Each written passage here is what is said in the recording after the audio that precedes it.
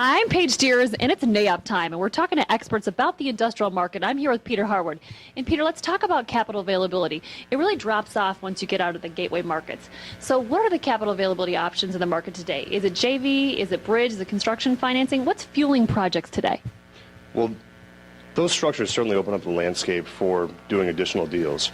Right now, we're working on a large JV project right now for a multi-million square foot, well over $200 million industrial project in Birmingham, Alabama.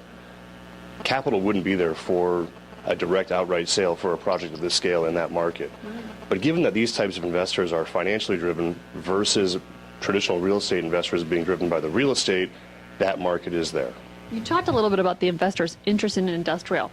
Where does that fall on a typical investor's must-have list? I would say for industrial investors, it's number one. What are you talking about? No, but in all seriousness, we're probably number two. Multifamily is the hot market right now, but industrial is very important. It has all of the things that people want. It has low basis, low capital requirements. It's not management intensive, and it's a very stable asset class.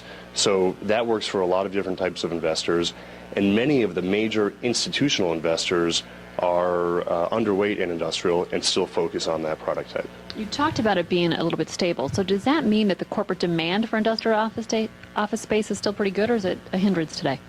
Corporate demand is up, but it's up really only for the large big box type of projects. In a recent study that we did, 18% of all requirements in the market were for big box space. So that's a small by count of project, but that accounted for about 45% of the square footage of the requirements that were out there. So that's a huge amount for such a small number of people looking for space. Those users are e-tailers, food and beverage distributors, and then also third-party logistics companies as corporates are trying to improve their supply chain and get better about how they work on their distribution channels. So there, it's really up.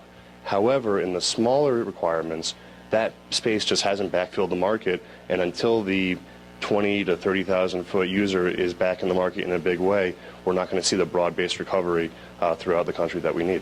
Okay, Peter, sounds good. So still some room to spread to the full market to see some health, but a lot of industrial investor interest today. Thanks for sharing with us. Absolutely. Thank you very much.